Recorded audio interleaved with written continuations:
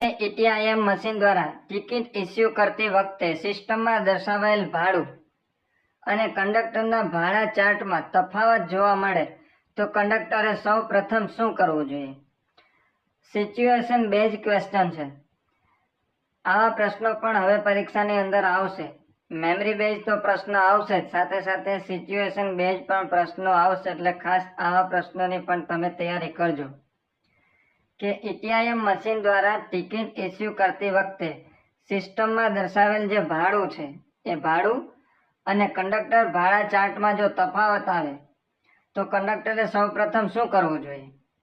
તો એમાં ઈટીઆઈએમ મશીનમાં દર્શાવેલ ભાડા મુજબ ટિકિટ ઇસ્યુ કરવી અને જે તફાવત છે એ તફાવત અંગે એમના ઉપલા અધિકારીને જાણ કરવી. એટલે જવાબ છે બી, કે ઈટીઆઈએમ મશીનમાં દર્શાવેલ ભાડા મુજબ ટિકિટ ઇસ્યુ કરવી અને તફાવત અંગે નિયત પ્રક્રિયા મુજબ અધિકારીને જાણ કરવી.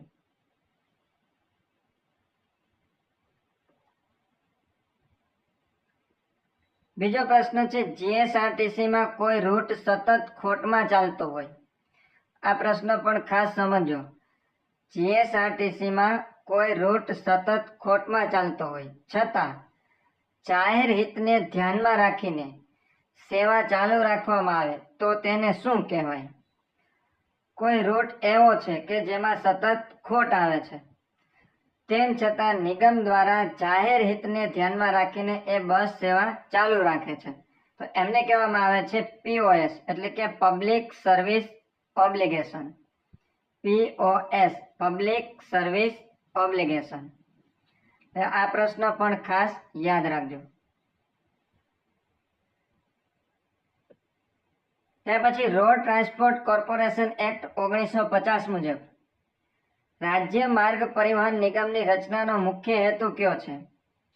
રાજ્ય માર્ગ પરિવહન નિગમની જે રચના થઈ છે એમનો મુખ્ય હેતુ છે કાર્યક્ષમ, આર્થિક રીતે પોષાય તેવું અને યોગ્ય જાહેર માર્ગ પરિવહન સેવા પૂરી પાડે એ એમનો હેતુ છે. એટલે જવાબ છે કાર્યક્ષમ, આર્થિક અને યોગ્ય જાહેર માર્ગ પરિવહન સેવા પૂરી પાડવી.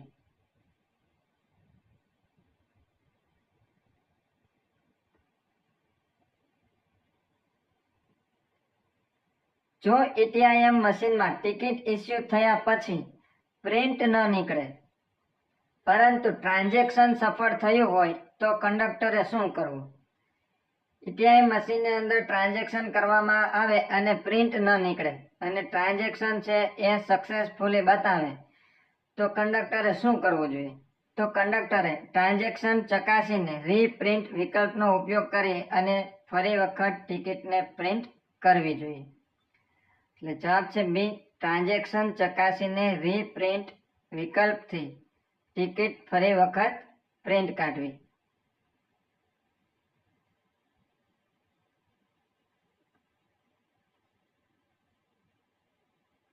નીચેના પૈકી કઈ સ્થિતિ ડિફેન્સિવ ડ્રાઇવિંગના સિદ્ધાંતને સૌથી વધુ અનુરૂપ છે?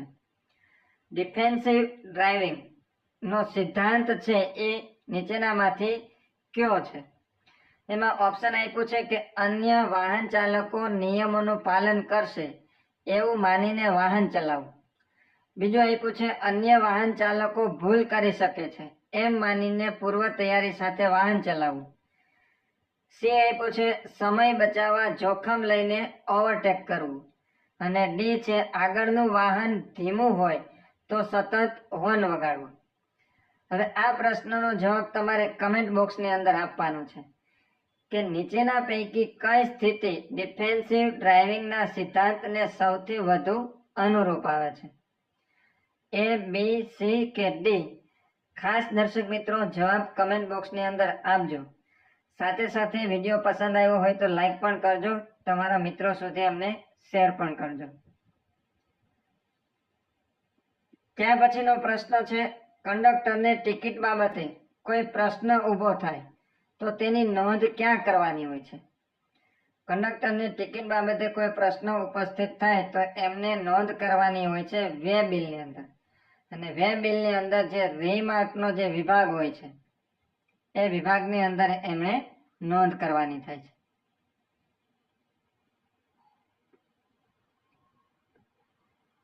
નીચેના પૈકી કયો પરિબળ વાહનના સ્ટોપિંગ ડિસ્ટન્સ પર સૌથી વધુ અસર કરે છે?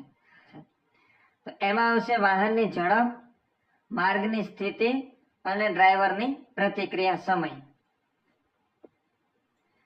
ત્યાર પછી ભાડભૂતનો મેળો ક્યાં યોજાય છે? ભાડભૂતનો મેળો છે એ ભરૂચ જિલ્લાનો ખૂબ જ પ્રખ્યાત મેળો છે અને એ યોજાય છે ભરૂચ જિલ્લાની અંદર અને ગામનું નામ છે ભાડભૂત. એટલા માટે જ આ મેળાનું નામ છે ભાડભૂતનો મેળો, જે નર્મદા કિનારે આવેલું છે. એટલે જવાબ આવશે ભરૂચ જિલ્લો. ત્યાર પછી નીચેનામાંથી કયો માનવ શરીરની શક્તિનો મુખ્ય સ્ત્રોત છે? માનવ શરીરની શક્તિનો મુખ્ય સ્ત્રોત તરીકે જો પસંદ કરવું હોય તો એ આવશે કાર્બોહાઈડ્રેટ. અને કાર્બોહાઈડ્રેટ છે એ શરીરને ઉર્જા આપવાનું કામ કરે છે. એટલે જવાબ આવશે કાર્બોહાઈડ્રેટ.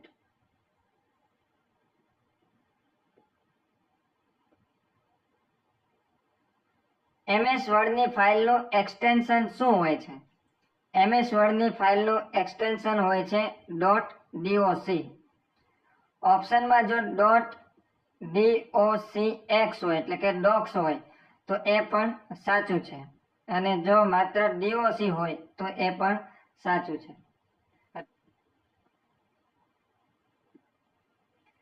MS વર્ડમાં નવું પેજ દાખલ કરવા માટેની શોર્ટકટ કી કઈ છે? MS વર્ડની અંદર જો નવું પેજ આપણે દાખલ કરવું હોય તો એના માટેનો શોર્ટકટ કી છે Ctrl+Enter. Ctrl+Enter ના માધ્યમથી આપણે MS વર્ડની અંદર એક નવું પેજ છે એ ઉમેરી શકીએ છીએ.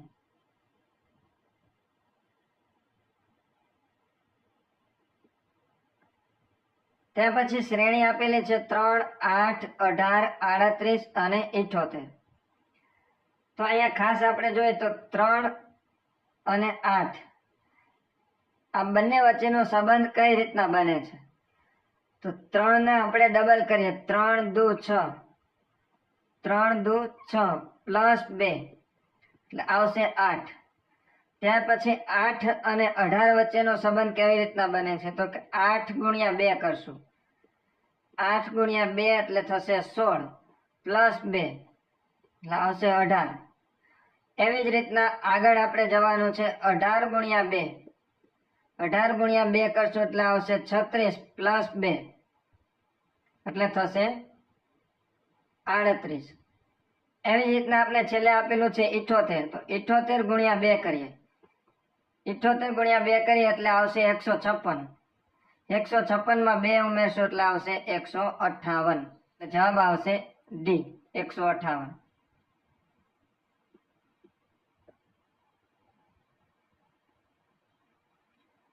અર્વાચીન ગુજરાતી સાહિત્યના નીચેના યુગને ચડતા ક્રમમાં ગોઠવો. અર્વાચીન ગુજરાતી સાહિત્યના જે યુગ છે એ યુગને આપણે ચડતા ક્રમમાં ગોઠવવાનું છે.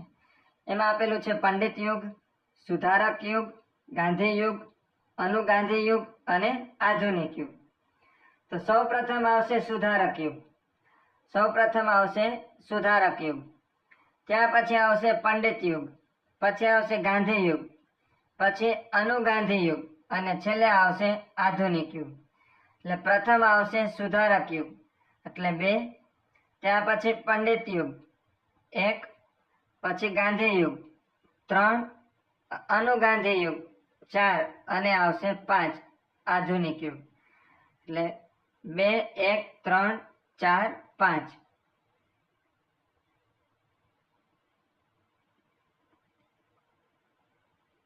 ત્યાર પછી આજે ગુરુવાર છે તો 53માં દિવસે કયો વાર આવશે? હવે ખાસ આપણે જોવાનું છે 53માં દિવસે કયો વાર આવશે. તો 53 ભાગ્યા આપણે 7 કરશું. આજે કયો વાર છે? ગુરુવાર છે, પણ 53માં દિવસે કયો વાર આવશે એ આપણે શોધવાનું છે. તો 53 ભાગ્યા 7 કરશું, 7 વડે ભાગાકાર કરશું એટલે 7 7 49. શેષ વધશે 4. હવે ભાગની એટલે જે શેષ વધી એને ધ્યાનમાં રાખીને આપણે દિવસ શોધવાનો છે. આજે ગુરુવાર છે, 53માં દિવસે કયો વાર આવશે? શેષ આપણે વધી છે 4, આજે ગુરુવાર છે, ગુરુવારમાં આપણે 4 દિવસ ઉમેરવાનો છે. ગુરુ પછી 4 દિવસ આપણે ઉમેરશું એટલે આપને જવાબ મળી જશે. ગુરુ પછી આવશે શુક્ર, ત્યાર પછી શનિ, રવિ અને સોમ. 53મા દિવસે આવશે સોમવાર.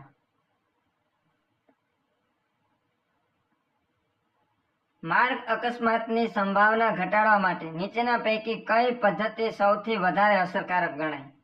માર્ગ અકસ્માતની સંભાવના ઘટાડવા માટે માર્ગ સલામતીના નિયમોનું પાલન, વાહનની યોગ્ય જાળવણી અને સાવચેતીપૂર્વકનું વાહન ચલાવવું એ ખૂબ જ અસરકારક પગલું ગણાય. એટલે જવાબ આવશે બી.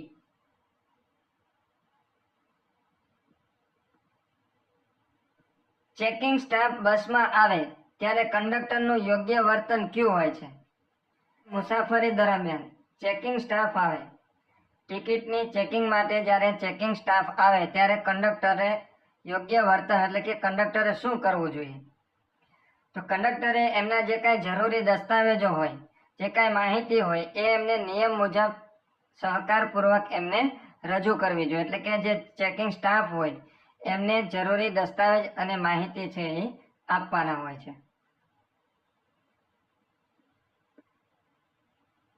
ભારતમાં 61મા બંધારણીય સુધારા દ્વારા લોકસભા અને વિધાનસભાની ચૂંટણીઓમાં મત આપવાનો અધિકાર એટલે કે મતાધિકારની ઉંમર 21 વર્ષથી ઘટાડીને 18 વર્ષ કરવામાં આવી. આ સુધારો કયા વર્ષથી અમલમાં આવ્યો? હવે સુધારો થયો 1988માં. સુધારો ક્યારે થયો? 1988માં. પરંતુ અમલમાં આવે છે 1989માં. ખાસ યાદ રાખજો, સુધારો થયો છે 1988માં અને અમલમાં આવે છે 1989માં. એટલે સાચો જવાબ છે ડી, 1989.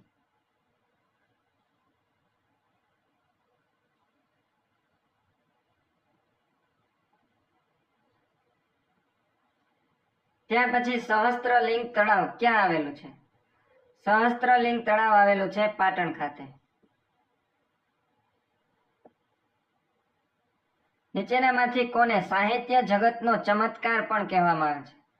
નીચેનામાંથી કોને સાહિત્ય જગતનો ચમત્કાર કહેવામાં આવે છે? ઓપ્શન છે ઉમાશંકર જોશી, ચંદ્રવદન મહેતા, પન્નાલાલ પટેલ અને ડી ઝવેરચંદ મેઘાણી. તો સાહિત્ય જગતનો ચમત્કાર તરીકે ઓળખાય છે ચંદ્રવદન મહેતા. ચંદ્રવદન મહેતા.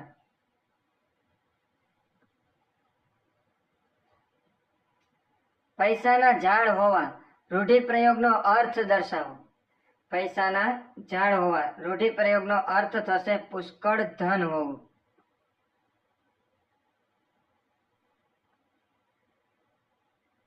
ત્યાર પછી ઘડિયાળમાં 10:45નો સમય અરીસામાં જોતા કેટલા વાગ્યા બતાવશે? ઘડિયાળની અંદર 10:45નો સમય થયો છે અને અરીસામાં જોઈએ તો કેટલા બતાવશે?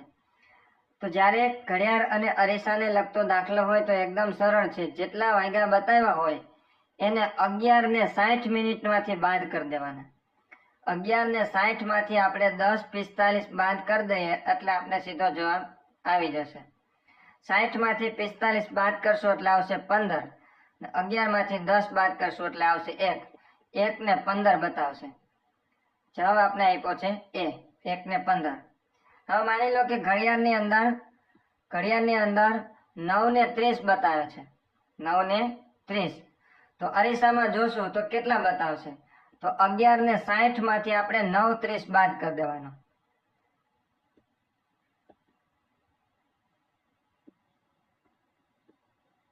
નવ 30 બાદ કરશો, 60 30 બાદ કરશો એટલે આવશે 30 અને 11 9 બાદ કરશો એટલે આવશે 2.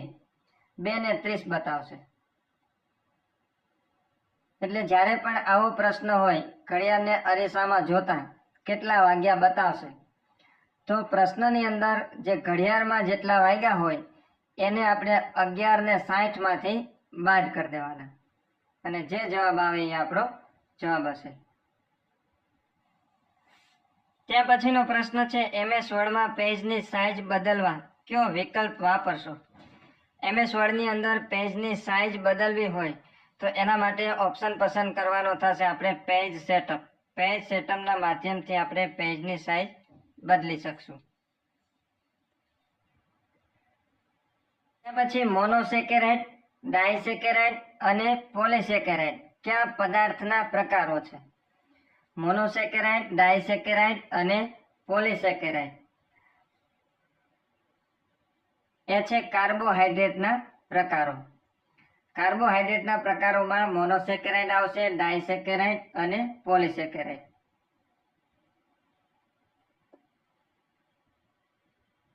ત્યાર પછી નીચેના સમૂહમાં કયો શબ્દ અન્યથી જુદો પડે છે? 4 શબ્દ આપને આપેલા છે: સૂર્ય, બ્રહ્માંડ, ચંદ્ર અને મંગળ. આમાંથી કયો શબ્દ છે એ અલગ પડે છે? તો આમાંથી અલગ પડે છે બ્રહ્માંડ. બ્રહ્માંડ શું છે? તો કે બ્રહ્માંડ એટલે અન્ય તમામને સમાવેશ કરતો આ વિશાળ અવકાશ છે, જે બ્રહ્માંડની અંદર આવી જાય છે સૂર્ય, ચંદ્ર અને મંગળ. બ્રહ્માંડ શું છે? તો કે આ તમામનો સમાવેશ કરતો એક વિશાળ અવકાશ છે.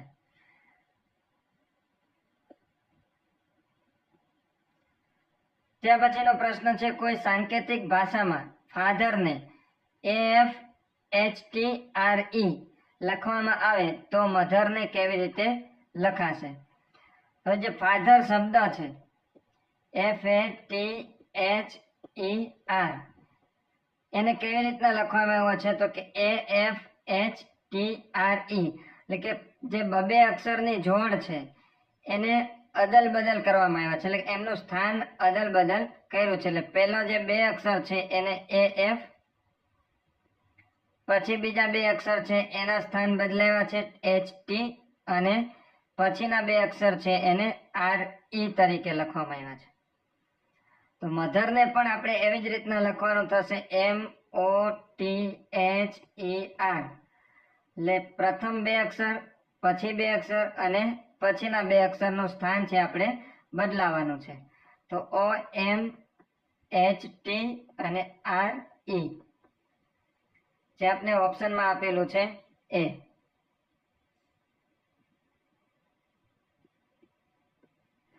ત્યાં પછીનો પ્રશ્ન છે, Ctrl+V શા માટે વપરાય છે? જ્યારે કમ્પ્યુટરની અંદર આપણે કોઈ પણ વસ્તુ કોપી કરેલ હોય તો એમને અન્ય જગ્યાએ પેસ્ટ કરવા માટે Ctrl+V નો ઉપયોગ થાય છે. એટલે જવાબ આવે છે પેસ્ટ. ત્યાં પછી મૂક શબ્દનો યોગ્ય વિરોધી શબ્દ કયો છે? મૂક એટલે સાવ ઓછું બોલનાર અથવા તો મૂંગું રહેનાર. તો મૂક શબ્દનો વિરોધી શબ્દ થશે વાચાળ.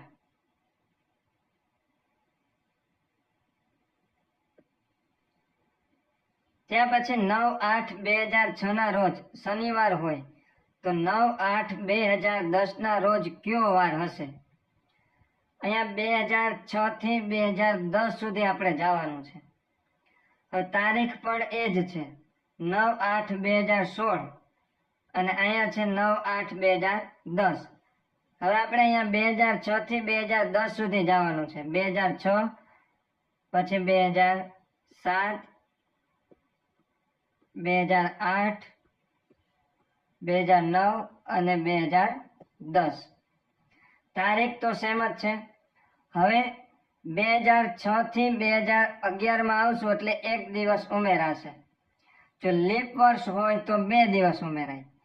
અહીંયા આપણે કેટલા દિવસ ઉમેરવાના થશે? 2006 થી 2007 માં આવશું એટલે 1 દિવસ અહીંયા ઉમેરાશે. અહીંયા નહીં ઉમેરાય, ખાસ ધ્યાન દેજો, કેમ કે આ વર્ષ શરૂઆતનું છે. 2006 પૂરું થશે, 7 માં આવશું એટલે 1 દિવસ ઉમેરાશે. ત્યાં પછી 2008 છે એ લીપ વર્ષ છે. લીપ વર્ષ છે એટલે આપણે 2 દિવસ ઉમેરશું. સામાન્ય વર્ષ હોય તો 1 દિવસ.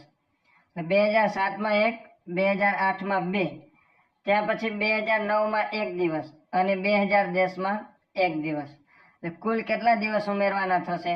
1 + 2 + 1 + 1 એટલે કુલ ઉમેરવાના થશે 5 દિવસ. 9/8/2006 ના રોજ શનિવાર છે તો શનિવાર પછી આપણે 5 દિવસ ઉમેરવાના છે. એટલે શનિવાર પછી રવિ, સોમ, મંગળ, બુધ અને આવશે ગુરુ. તો 9/8/2010 ના રોજ કયો વાર હશે? ગુરુવાર હશે.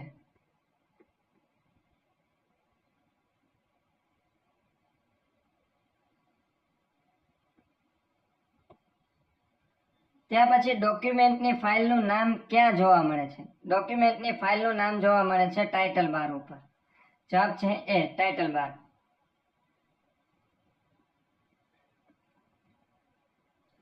MS વર્ડમાં હાઇપરલિંક માટેની શોર્ટકટ કી કઈ છે? MS વર્ડની અંદર હાઇપરલિંક ઓપન કરવાનું હોય તો એના માટેની શોર્ટકટ કી છે Ctrl+K. વર્ડ ડોક્યુમેન્ટની શરૂઆતમાં પહોંચવા માટે કઈ શોર્ટકટ કી વપરાય છે? ડોક્યુમેન્ટની અંદર આપણે કામ કરતા હોય અને શરૂઆતના પેજ ઉપર આપણે જવું હોય તો એના માટે વપરાશે Ctrl+Home.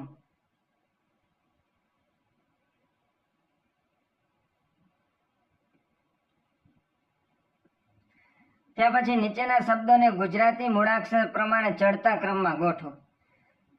4 શબ્દ આપેલા છે: ભાગ્ય, ભાગ્યશાળી, મિશ્રણ અને ભાગ્યવાન. આ 3 ઓપ્શન છે. ખાજો ભાગ્ય, ભાગ્યશાળી અને ભાગ્યવાન. ત્રણેયમાં આપને આગળનો શબ્દ છે એક સરખો જોવા મળે છે, એ છે ભાગ્ય. અને 3 નંબરનો ઓપ્શન છે એ છે મિશ્રણ. તો સૌપ્રથમ તો આપણે એ નક્કી કરશું કે ભ પહેલા આવશે કે મ આવશે. તો પહેલા આવશે ભ. તો એનો મતલબ એમ થયો કે 3 નંબર છે છેલ્લે આવશે. તો 3 છેલ્લા હોય એવો ઓપ્શન છે એક ડી. એટલે જવાબ શું આવશે? ડી. પણ જોઈએ, પહેલા આવશે ભાગ્ય. પહેલા શું આવશે? ભાગ્ય. પછી આમાં ભાગ્યશાળી છે, આમાં ભાગ્યવાન છે. તો પહેલા શાળી આવશે કે વાન આવશે? તો પહેલા આવશે વ અને પછી આવશે સ. એટલે પહેલા આવશે ભાગ્ય, પછી આવશે ભાગ્યવાન, પછી ભાગ્યશાળી અને છેલ્લે આવશે મિશ્રણ, જે આપણે ઓપ્શનમાં આપેલું છે ડી.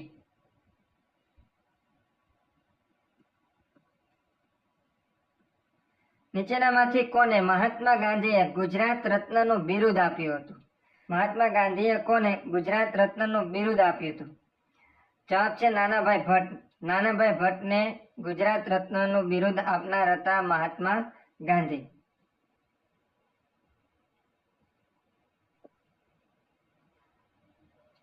શુદ્ધ પાણીનું pH મૂલ્ય કેટલું હોય છે?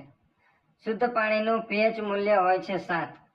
યાદ રાખજો, શુદ્ધ પાણીનું pH મૂલ્ય 7 હોય છે. ત્યાર પછી આપણે જોડકા જોડવાનું કીધું છે. એમાં આપ્યું છે હાઇડ્રોસ્કોપ, પદાર્થને પડદા પર દર્શાવવા માટે.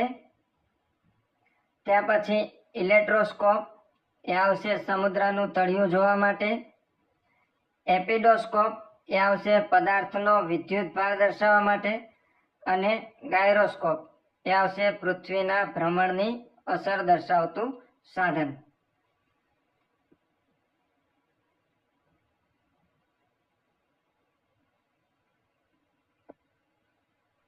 માર્ગ સલામતીના દ્રષ્ટિકોણથી નીચેના પૈકી કઈ પરિસ્થિતિમાં વાહન ચાલકે ઝડપ ઘટાડવી સૌથી વધુ જરૂરી ગણાય છે?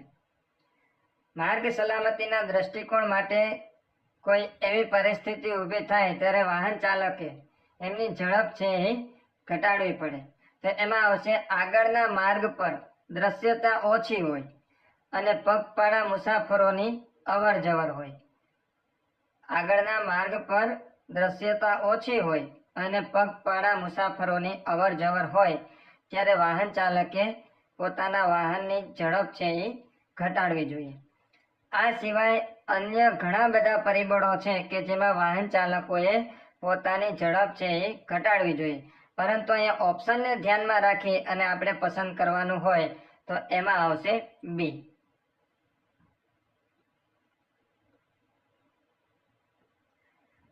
બસ સ્ટોપ નજીક બસ ચલાવતી વખતે સૌથી યોગ્ય સલામતી અભિગમ કયો છે? બસ સ્ટોપ નજીક બસ ચલાવતી વખતે સૌથી સલામતી અભિગમ ઓપ્શન છે બસ સ્ટોપ ઝડપથી પસાર કરી દેવો, બસ સ્ટોપ પાસે ઝડપ નિયંત્રિત રાખીને મુસાફરોની હિલચાલ પર નજર રાખવી, પાછળનું વાહન નજીક હોય તો ઝડપ વધારવી અને માત્ર હોર્ન વગાડવો પૂરતો છે. તો બસ સ્ટોપ નજીક જ્યારે બસ ચાલતી હોય ત્યારે સલામતીના ભાગરૂપે બસ સ્ટોપ પાસે ઝડપ છે એ નિયંત્રિત રાખવી જોઈએ અને મુસાફરોની જે હિલચાલ છે એના ઉપર નજર રાખવી જોઈએ. રાત્રિના સમયે સામેના વાહનની હાઈ બીમ લાઇટથી દ્રશ્યતા ઘટે તો સૌથી યોગ્ય કાર્યવાહી કઈ છે?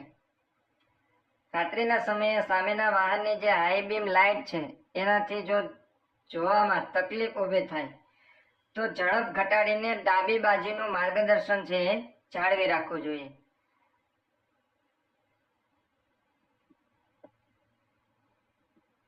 જીવનક્રમના આધારે નીચેના વિકલ્પને યોગ્ય ક્રમમાં ગોઠવો. જીવનક્રમના આધારે આપને 4 ઓપ્શન આપ્યા છે. પ્રથમ છે બાળક, પછી છે શિશુ, યુવાન અને વૃદ્ધ. તો પ્રથમ આવશે શિશુ, ત્યાર પછી આવશે બાળક, પછી યુવાન અને પછી આવશે વૃદ્ધ. પ્રથમ આવશે શિશુ એટલે ઓપ્શન છે સી. રસ્તા પર કેટ આઈ. રસ્તા પર કેટ આઈ નો મુખ્ય હેતુ શું છે? રસ્તા ઉપર બંને બાજુ અને વચ્ચેના ભાગમાં જે રેડિયમ સ્ટીકર લગાડેલા હોય છે રોડ ઉપર, જેને કહેવામાં આવે છે કેટ આઈ. એ કેટ આઈ નો મુખ્ય હેતુ શું છે? વચ્ચેના ભાગમાં હોય છે અને બંને બાજુ હોય છે. તો એમનો મુખ્ય હેતુ હોય છે રાત્રે અથવા તો ઓછી દ્રશ્યતામાં લેન અને માર્ગની દિશા સ્પષ્ટ દર્શાવવા માટે.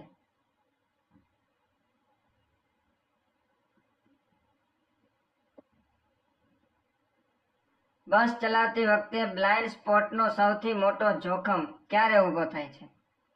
જવાબ છે લેન બદલતી વખતે અથવા તો વળાંક લેતી વખતે.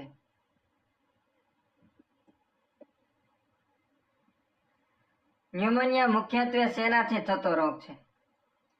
ન્યુમોનિયા છે એ બેક્ટેરિયાથી થતો રોગ છે. જવાબ છે એ.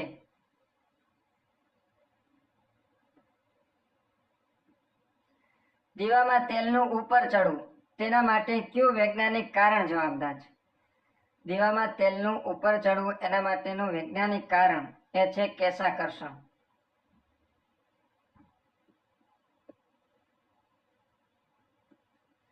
ગુજરાતમાં ડાયનોસોરના અશ્મિઓ ક્યાંથી મળી આવે છે? ડાયનાસોરના અશ્મિઓ છે મળી આવ્યા છે બાલાસિનોર ખાતેથી. જવાબ છે એ બાલાસિનોર. સમુદ્રના પાણીથી રચાતા સરોવરને કયા નામથી ઓળખવામાં આવે છે? સમુદ્રના પાણીથી રચાતા જે સરોવર છે એમને કહેવામાં આવે છે લગુન.